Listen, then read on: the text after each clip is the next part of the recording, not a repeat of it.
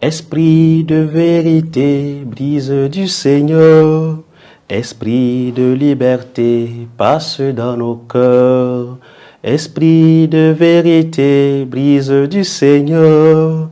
Esprit de liberté, passe dans nos cœurs.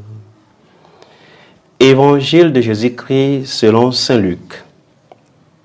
En ce temps-là, comme les pharisiens demandaient à Jésus quand viendrait le règne de Dieu, il prit la parole et dit: La venue du règne de Dieu n'est pas observable. On ne dira pas: Voilà, il est ici, ou bien il est là. En effet, voici que le règne de Dieu est au milieu de vous. Puis il dit aux disciples: Des jours viendront où vous désirerez voir un seul des jours du Fils de l'homme, et vous ne le verrez pas. On vous dira: Voilà, il est là-bas. Ou bien, voici, il est ici. N'y allez pas, n'y courez pas. En effet, comme l'éclair qui jaillit illumine l'horizon d'un bout à l'autre, ainsi le Fils de l'homme, quand son jour sera là. Mais auparavant, il faut qu'il souffre beaucoup et qu'il soit rejeté par cette génération.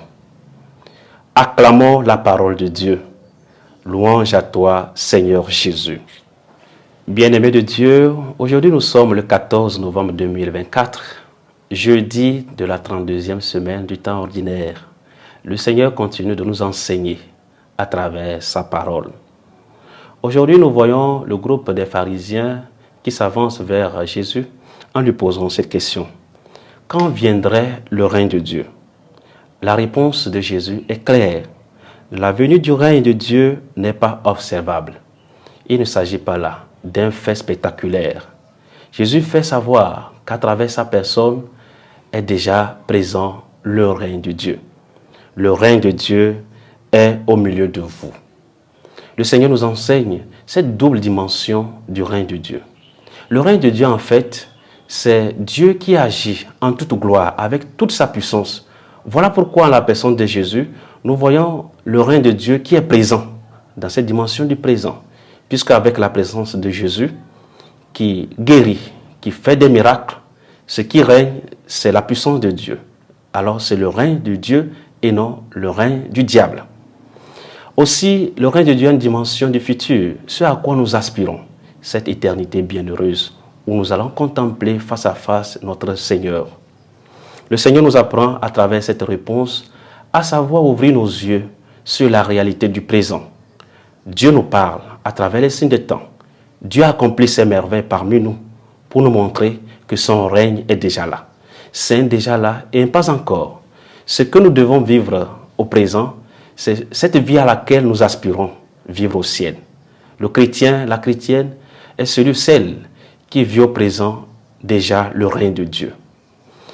En plus de donner la réponse aux pharisiens, le Seigneur se tourne vers ses disciples pour leur laisser un enseignement, un avertissement. Parce qu'en son nom, au nom du règne de Dieu, viendront des prophètes qui diront: Voilà, il est ici, il est là, n'y courez pas, n'y allez pas. Le Seigneur nous avertit et nous demande d'avoir le sens du discernement, savoir discerner. Aujourd'hui, nous avons plein d'églises, plein de personnes qui se présentent comme des prophètes, qui parlent au nom de Dieu. Le Seigneur nous demande de savoir discerner. Ne cherchons pas l'aspect spectaculaire, puisque nous, comme chrétiens, il y a certaines personnes qui aiment. Donc là où il y a plus de bruit, plus d'ambiance, et c'est là qui montre que vraiment le Seigneur est en train d'agir. Non, le règne de Dieu n'est pas un fait observable. Cela ne viendra pas de manière spectaculaire. Sachons au quotidien, chers frères et sœurs, discerner la présence de Dieu au quotidien, dans notre vie, dans notre histoire. Le règne de Dieu est déjà au milieu de nous. Vivons déjà dans ce présent, notre pas encore, ce que nous aspirons vivre au ciel. Et que le Seigneur nous accorde cette grâce-là, de vivre pleinement au quotidien la vie de sainteté. Pour devenir saint, il faut le vivre chaque jour. Que le Seigneur nous donne cette grâce. Au nom du Père et du Fils et du Saint-Esprit. Amen.